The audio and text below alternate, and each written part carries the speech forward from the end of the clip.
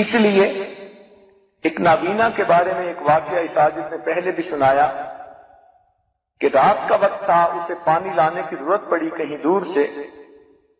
اس نے پانی کا گھڑا اپنے سر پہ رکھا اور لاتے ہوئے ایک ہاتھ میں اس نے چراغ جلا کر پکڑا ہوا. اب دیکھنے والے بڑے حیران، کہنے لگے آپ تو نابینا ہو، آپ کو اس روشنی سے فائدہ تو کوئی نہیں، آپ تو اپنے اندازے کے مطابق راستوں کے اوپر چلتے ہو، تو آپ کو تو روشنی کی ضرورت ہی نہیں. اس نے کہا بالکل ٹھیک ہے، مجھے روشنی کی ضرورت نہیں، لیکن رات کا اندھیرا ہے، آنکھوں والے جب اندھیرے میں چلتے ہیں تو ان کو صحیح پتہ نہیں چلتا. میں نے چراغ جلا کر اس لیے پکڑ لیا کہ کہیں کوئی آنکھوں والا مجھ سے نہ ٹکرائے اور اس کی وجہ سے میرا گھڑا نہ ٹوٹ جائے. تو اندھا کتنا سمجھدار تھا کہ اس نے چراغ اس لیے پکڑا تھا کہ دوسرے لوگ راستے کو دیکھیں اور مجھ سے مت ٹکرائیں، اس لیے کہ اگر ٹکرائیں گے تو نقصان تو میرا ہوگا. جوان عورت کو بھی یہی سوچ رکھنی چاہیے، اگر میں بے پردہ باہر نکلی، اگر کسی غیر محرم نے دیکھ لیا اور اس کی نظر میں فتور آ گیا، اگر میں نے کسی کے ساتھ تنہائی میں باتیں کی، اگر میں نے کسی کے ساتھ ٹیلی فون پر باتیں کرنی شروع کر دی اور ذرا سا بھی کسی کو موقع دیا، تو عزت تو میری خراب ہوگی، دنیا کی بھی بدنامی اور اللہ کے ہاں کی بھی ناراضگی، اور میں اس جہاد میں پھر ناکام ہو جاؤں گی اور اپنے رب کو کیا منہ دکھاؤں گی. اس لیے اس کو ان باتوں کا خیال رکھنا چاہیے. ازواج مطہرات کے بارے میں آیا کہ اس بارے میں اتنا احتیاط کرتی تھیں کہ جب کبھی وہ صحن کے اندر فارغ بیٹھی ہوتی، کوئی تسبیح وغیرہ کر رہی ہوتی، تو کھلے صحن کی طرف چہرہ نہیں کرتی تھیں بلکہ دیوار کی طرف چہرہ کر کے بیٹھتی تھیں کہ ممکن ہے غلطی سے بھی کسی کی نظر پڑنے کا امکان نہ ہو.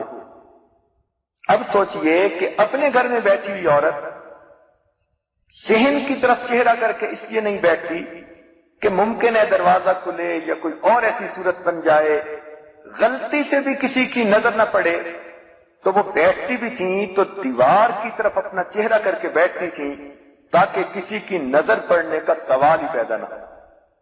تو معلوم ہوا کہ یہ عورت کی ذمہ داری ہوتی ہے، فرض منصبی ہوتا ہے. اس کا دنیا میں رہتے ہوئے سب سے بڑا کام یہ ہوتا ہے کہ وہ اپنی عزت و ناموس کی حفاظت کرے. اگر اس کی عزت لٹ گئی تو اس کا سب کچھ لٹ گیا، اس کے پلے کچھ نہ بچا.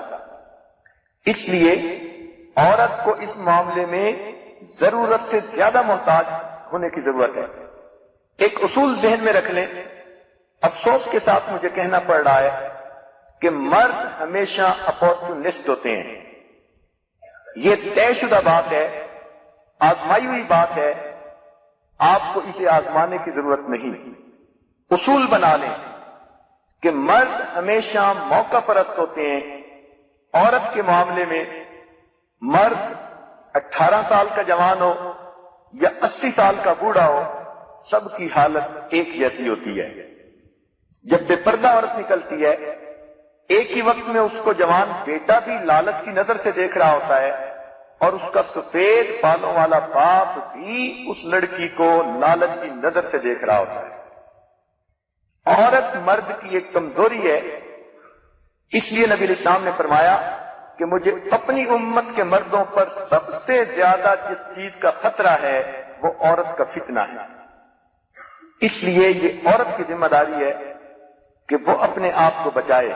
شریعت نے مردوں کو بھی کہا وہ اپنی نگاہوں کا لحاظ کریں، خیال رکھیں.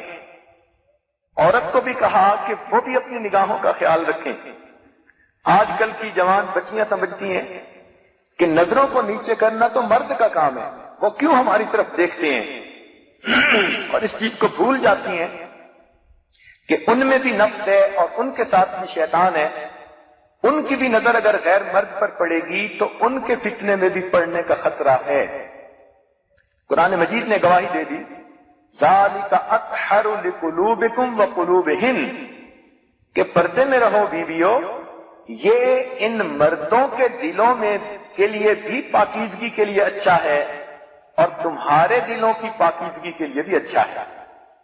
تو دلوں کے بھید جاننے والے پروردگار نے فیصلہ فرما دیا کہ جب بھی انسان نظر کی کوتاہی کرتا ہے تو مرد کے اندر بھی اس سے گناہ آتا ہے، عورت کے دل میں بھی گناہ کے خیالات آتے ہیں۔